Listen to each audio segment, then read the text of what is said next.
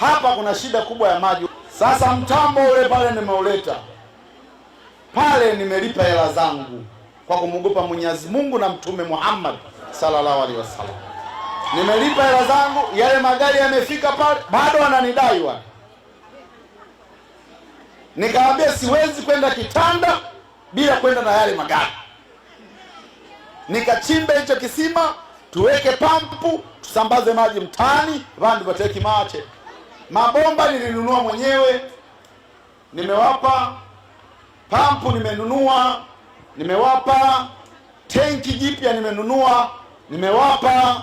Saizi kilichobaki wakishachimba, tunaingiza pampu, tunaweka matenki, tunaanza kusambaza mtaani. Watu wakizidi kuongezeka, tunaongeza matenki tu.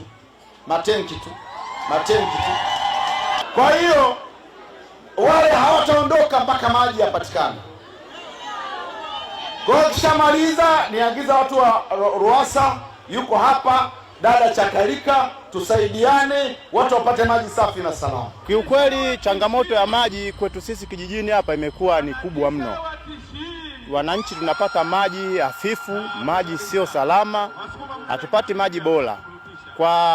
Kwa mradi huu unapokuja kwetu sisi, tuna fursa kubwa sana kwa kutumia.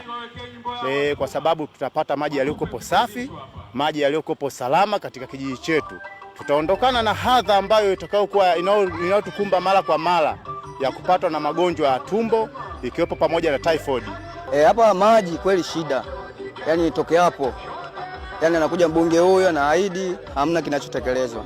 Anakuja huyo na ahidi hamna kinachotekelezwa. Kwa hiyo tunaona saa hizi matekelezo yanafanyika. Tumeletewa magari haya ambayo yenye vifaa vya maji.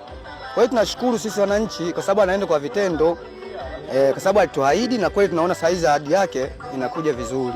Hili kutano kati ya Maaskofu Katoliki Tanzania tarehe 10 Agosti 2026 lilikuwa ni ombi la maaskofu Katoliki, na walifanya ombi hili katika kikao chao cha mwaka ambacho walikaa tarehe 18 mwezi wa 6.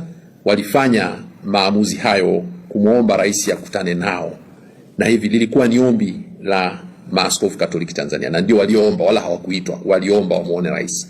Na hii ilifuatia waliomba mwaka jana. Kwa bahati mbaya rais alikuwa ana majukumu mengi, na waliomba muda ule ule, waliomba kukutana naye mwezi wa 8 kabla ya uchaguzi wa 2025.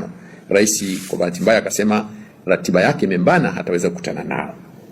Lakini kwa kuzingatia yaliyotokea kwenye uchaguzi mkuu na hali halisi ambayo Watanzania wanayo ya kisiasa, mwaka huu maaskofu wakaamua tena wamuombe rais wakutane naye ili waweze kumshirikisha mtazamo wao juu ya hali tulionayo kisiasa nchini, kutokana pia na kwamba waliweka bayana kwamba ili tutoke katika hali hii inabidi kwenda katika kusimamia ukweli na vile vile kutakana msamaha, kusameheana na hata kuponya nchi. Kwa hiyo kwa Kiingereza tunasema to admit the truth and then reconciliation, healing the nation. Kwa sababu haya kadiri ya viongozi wetu wa dini, mambo muhimu sana ambayo waliona wajadiliane tena, pamoja kwamba walitoa msimamo wao, tafakari yao walichokuwa wameamua mwaka jana tarehe 15 Novemba 2025. Walitoa mapendekezo yao na mawazo yao na kinacho kadiri ya wao wanavyoona inafaa kifanyike, lakini bado wakaona ni muhimu tena waongee na rais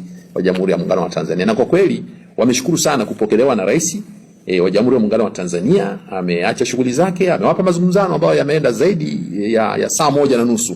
Kwa hiyo imekuwa ni mazungumzano mazuri kati yao, na wameweza kumshirikisha wao wanasema nini juu ya hali tulionayo ya kisiasa, na wamempa andiko rasmi ambalo lina kurasa kama 4 hivi ambalo wamemkabidhi, wamemsomea lote na wakamkabidhi, na halina tofauti sana na lile tamko au ujumbe wao waliotoa mwaka jana mwezi Novemba tarehe 15 2025. Kwa hiyo tupenda wananchi wafahamu kwamba lilikuwa ni ombi la maaskofu, hawakuitwa, walienda wao wenyewe wakiona ni muhimu kwa taifa kufika mahali tuweze kukubaliana na kilichotokea ni kitu gani, tukilani hicho hasa cha mauaji na uharibifu wa mali.